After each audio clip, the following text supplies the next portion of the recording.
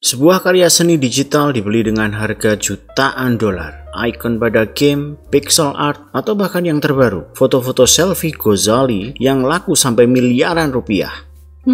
Bagaimana itu bisa terjadi?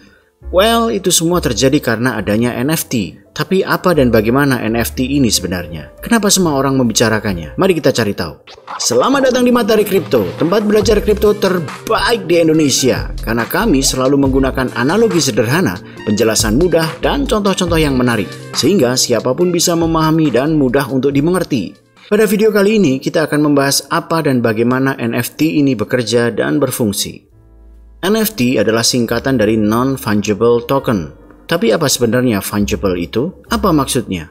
Fungible adalah sifat dari sesuatu yang sepadan, dapat dipertukarkan atau changeable, atau tidak memiliki sesuatu yang unik. Sebagai contoh, uang dengan nilai Rp10.000, dia akan dapat ditukarkan dengan Rp10.000 yang lain tanpa ada isu apapun. Karena pada dasarnya semua uang Rp10.000 adalah sepadan nilainya, dan itu berarti fungible.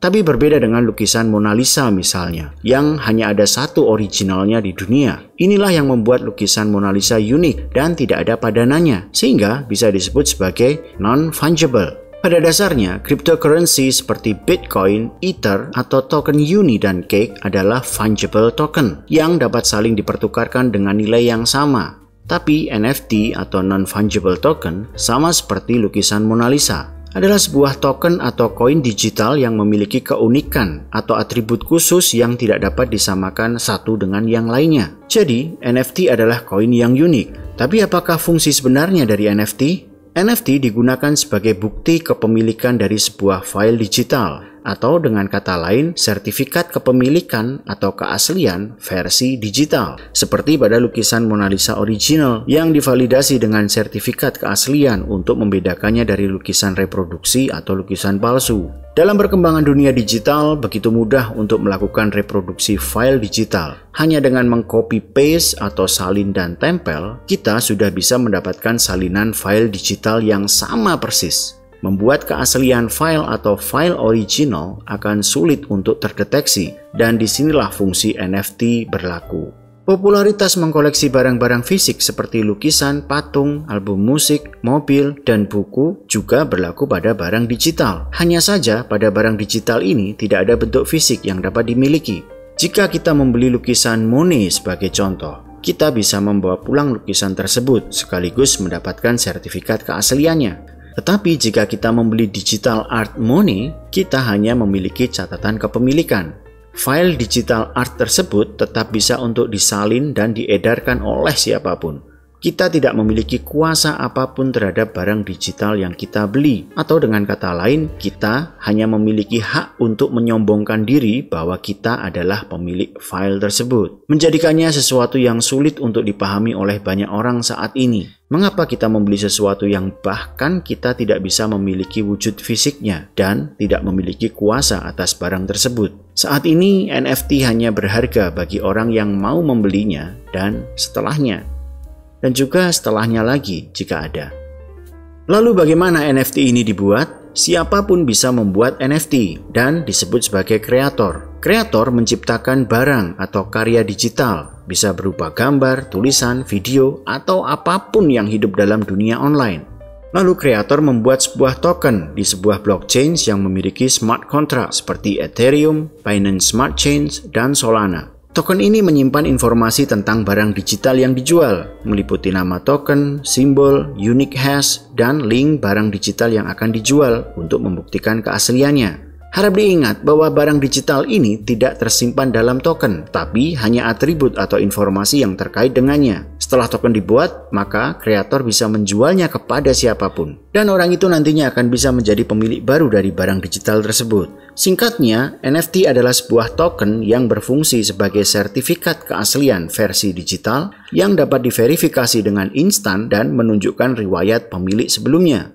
Selain memiliki karakter unik atau non-fungible, NFT juga memiliki sifat mudah dialihkan, mudah ditransfer, anti pemalsuan atau penipuan, dan dapat diprogram. Sehingga memungkinkan bagi kreator untuk bisa mendapatkan royalti setiap karya digital tersebut berpindah tangan. Dalam perkembangannya, untuk bisa membuat, menjual, dan mendapatkan NFT, Saat ini cukup mudah dan banyak pilihan.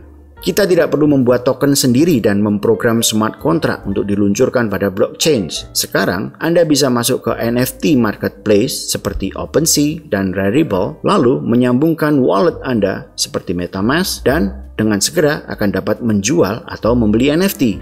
Kami akan membuat video tutorial bagaimana membuat, mendaftarkan atau minting, menjual dan membeli NFT pada video tutorial selanjutnya. Jadi jangan lupa nyalakan loncengnya agar bisa terus mengikuti informasi dari kami.